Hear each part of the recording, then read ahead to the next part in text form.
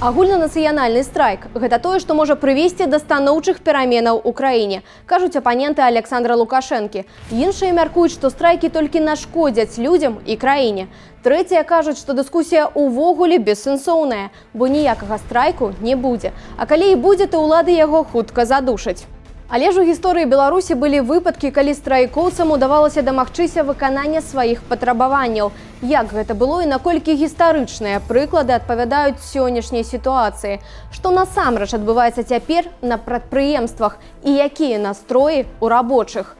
Мяне завуць Арына Маліноўская, і адказы на гэтыя пытанні мы пашукаем у сённяшнім выданні праграмы «Шчыра кажучы», паразмаўляўшы як з былымі, так і з дзейнымі працаўнікамі беларускіх прадпрыемстваў. Ребята пишут, что все смены недоукомплектованные на заводе, уволенные, плюс ковидные. Звоню вам по поводу вакансии инженера. Актуальна ли она еще? Актуально. Скажите, пожалуйста, а если у меня есть судимость по статье 23-34 на суд, как был, это как-то влияет на решение, нет? Первая подвышка 17 жнивня 2020 года. Другая 2 листопада 2020 года. Каб люди не заходили с працы.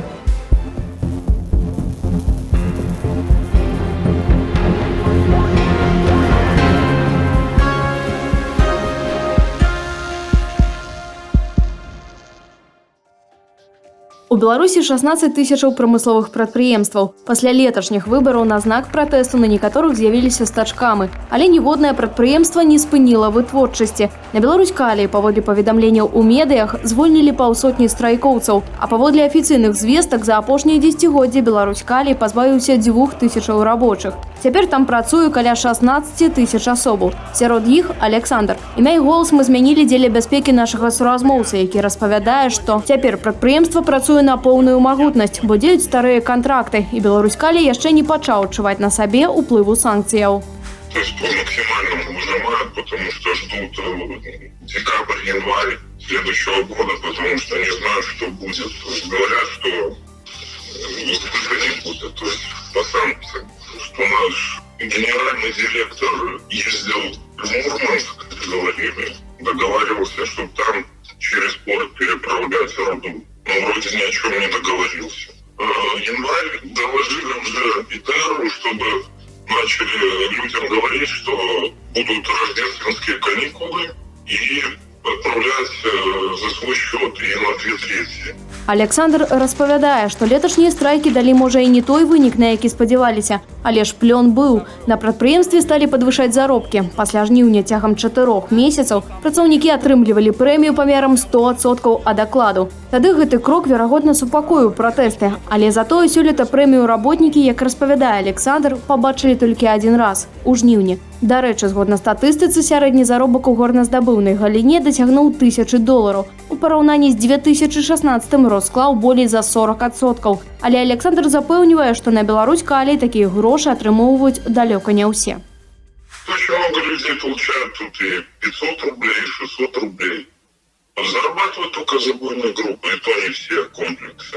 Очень много сейчас проходческие комплексы, у них зарплата в среднем 2-2500, вот так вот.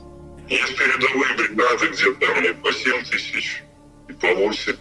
Нашы інсайдеры таксама сведчаць, што і на іншых прадпрыемствах падвышэнне заробкаў пачалося адразу ж пасля абвяшчэння страйкаў. Былы працаўнік горадня Азоту Юрый Рававы звольніўся адтуль яшчэ летась у жніўні, але ён і цяпер адсочвае, што адбываецца на прадпрыемстве. Рававы кажа, што заробак там вырас ажно на 34%. Гэтую ж інфармацыю нам пацвердзілі і цяперашнія працаўнікі горадня Азоту. Калі створаны страйкам, калі людзі ходзяць маршамі ў горад штодзень, 17 гадзін, з Азоту да іх далучаюцца ўсе астатнія жыхары. Трэба нешта рабіць. Першая падвышка 17 жнівня 2020 года. Другая 2 лістапада 2020 года. Каб людзі не заходзілі з працы, бо бачыць, што яны далучаюцца да страйку па аднаму. І што рабіць? Вось вам грошы. Другая. І гэткім чынам людзі праз месяцы сталі адчуваць, што ситуация полепшилась. Цягам 10 год з 2010 до 2020 агулам заробак у прамысловасці павысіўся ўсяго на $50, з 450 до 500. Але пасля леташніх выбараў ён пачаў расці хутчэй і сёлета ў верасні склаў ужо 1550 рублёў, што дзякуючы зніжэнню курсу долара было вышэй за $600. Нашы суразмоўцы кажуць, што гэта можна патлумачыць і эканамічным ростам, які назіраецца пасля каранавіруснага спаду эканомікі. Быў нейкі рост вытворчасці, быў рост экспарту ў параўнанні з пачаткам 2020 года. Вось другая прычына – это скарачэнне занятых, бо нагадаю зноў жа, што сярэдні заробак – это уся налічаная зарплата, падзеленая на колькасць працоўных. І калі колькасць працоўных зменшаецца, то нават калі ніякага такога роста заўважнага няма, але ўсё ж такі сярэднія заробкі падвышаюцца. Вось мне здаецца, што гэта вось спалучэнне такіх двух фактараў. За апошнія 10 гадоў заводаў сышлі 328 тысяч работнікаў. Гэта як штогод закрываць у Беларусі 2 МАЗы. Цяпер на прадпрыемствах працуюць 850 тысяч асобаў. Гэта каля 20% занятага ў эканоміцы насельніцтва. Цягам апошніх 9 месяцаў з прамысловасці сышлі 8 тысяч працаўнікоў. І гэта амаль удвая менш, чым звальнялася мінулымі гадамі за гэты ж перыяд. Такая з'ява якраз можа тлумачыцца ростам заробкаў у галіне. Нашы суразмоўцы кажуць, што галоўным фактарам, чаму рабочыя звальняюцца, ёсць не іхныя палітычныя погляды, а незадаволенасць умовамі працы. Во-первых, очень тяжелые условия труда, к тому же постоянное нарушение техники безопасности. То есть людей толкали просто на это. Ну и, если честно говорить, да, при таком объеме работы, если ты не будешь нарушать технику безопасности, ты просто не выполнишь свою работу, и рабочий всегда виноват. Начнем с того, я говорю, что вот я уже не один раз говорил, что подходишь к проходной, и ты чувствуешь себя виноватым. Не знаешь за что, но ты уже виноват. Апошнім часам у Беларусі пачалі сыходзіць з працы работнікі транспартнай сферы. Прааналізаваўшы статыстыку, мы заўважылі, што толькі сёлета іх ужо звольнілася на 5 тысячаў больш, чым уладкавалася на працу. Тое ж было і летась, хаця яшчэ ў 2019 годзе такая з'ява назіралася ў 4 разы радзей. Сёлета стаў відавочны і адток будаўнікоў. За 9 месяцаў звольніліся і не уладкаваліся на новую працу больш за 8 тысячаў адмыслоўцаў. У 2019 годзе за той жа перыяд такіх было ўтрая меней. А летась у гэтай сферы адтоку кадраў увогуле не было. Частка з іх пераходзіць у нейкі там прыватны сектор, это большай часцю шэрая такая зона, яна паўафіцыйная, бо працаваць афіцыйна зараз, асабліва ў умовах ковіда, вельмі цяжка, таму выжываюць хто як можа. Пра тое, што людзей на заводах не хапае, кажуць і нашы інсайдары. Што цяпер адбываецца на нафтане, нам распавёў Дзяніс Абрамовіч. Ён звольніўся на пачатку лета. Навіны з цэхаў ведае ад сваіх калег, якія засталіся там працаваць і падтрымліваюць з ім сувязь. Сообщения приходят от людей, которые там сейчас работают, прямо вот в это время. И в том числе они пишут, значит, что есть цеха, которые прилично сократили за последние несколько лет. То есть там от некоторых цехов в 2 раза. Это про полимер. И ребята пишут, что все смены недоукомплектованные на заводе, уволенные, плюс ковидные. Еще немного говорят, что управление реакторными теми же узлами там некому будет сажать. И приводят ребята, опять же, я цитирую, это даже не мои выдумки. Вот, чтобы обучить способного аппаратчика управлению реакторным узлом для самостоятельной работы необходимо 2-3 года. А если бездаря, то и 5 лет нужно будет учиться. И получается, что опытный человек любой, как только он уходит, на его место просто так из-за забора человека не взять. Да рэчы, у рэспубліканскай базе вакансіяў МАЗ цяпер шукае 800 чалавек, а МТЗ толькі 5. Завод «Атлант» – 350, «Гомсельмаш» – 170. Агулам у Беларусі цяпер не стае 98 тысяч работнікаў. Самыя дэфіцытныя – гэта кіроўцы аўтаў. Яшчэ ў траўні не хапала 3000, а цяпер колькасць вакансіяў вырасла амаль у 1,5 разу. З 700 до 1700 павялічыўся попыт на санітарак у лякарні. Штомесяц стабільна высокі попыт на медыкаў, не стае каля 3000 дактароў і столькі ж медычных сёстраў. Дарэчы, толькі 15% вакансіяў у краіне прапануюць атрымліваюць заробак вышэй за 1000 рублёў. Кіраўнік страйкам у горадні Азоту запэўнівае, што праз недахоп кваліфікаваных кадраў на прадпрыемстве ёсць праблемы з рамонтам важнага абсталявання. Не хапае спецыялістаў. Нават зараз ремонтуем яку трэцім, і зараз мы з вами размаўляем, гэта адбываецца. Была остановка, звязаная з тым, што такая самая труба, толькі ў іншым месцы парвалася, і трэба выразаць кавалак, паставіць, зварыць гэта ўсё і пусціць у працу. Але такіх труб 12, і людзей няма. Каб гэта зрабіць, няма спецыялістаў, каб зрабіць гэта ў такі кароткі тэрмін, як ставіць канцэрн Белнафтахім. З мінулага года дасведчаных спецыялістаў звальняюць за іхныя палітычныя погляды. Першая хваля звальнення адбылася адразу пасля пратэстаў. Звольнілі за ўдзел у стацыі або за прагул лічылі адбыццё адміністратыўнага пакарання. Цяпер павольна пазбаўляюцца і ад усіх, хто быў заўважаны ў пратэстах. Гэта, дарэчы, асабістае патрабаванне Александра Лукашэнкі. Посмотрите на своих сотрудников на предприятиях. У меня есть информация, что мерзавцев несколько там еще кое-где остались, и они ставят перед собой целью проинформировать коллективный Запад о том, как Пархомчик с Назаровым пытаются обойти санкции. Шпионят фактически и здаюць інфармацыю. Зміцер 19 гадоў адпрацаваў у сферы энергетыкі, ніколі не меў вымоваў. Сёлета з ім не працягнулі кантракту. Ён распавядае, што ён такі не адзіны, і цяпер на прадпрыемстве адбываецца сапраўдная чыстка. Дзеля бяспекі нашага суразмоўцы мы змянілі яго імя і голас. Практически во всех областях энергетики сейчас, какой бы это ни был филиал там или какое-то подразделение, однозначно я знаю, что проверки идут. И идут конкретно. Если человек был где-то замечен, то его на работу не возьмут однозначно. И еще по весне, когда, скажем так, я уже практически уходили, там, пытались эти другие люди, и когда они шли в какое-то юридическое подразделение, то однозначно сразу спрашивали, был ли где-то замечен, чтобы не было потом каких-то вопросов. И сейчас, скажем так, даже при устройстве это уже не раз сталкивался, там разговаривал с людьми.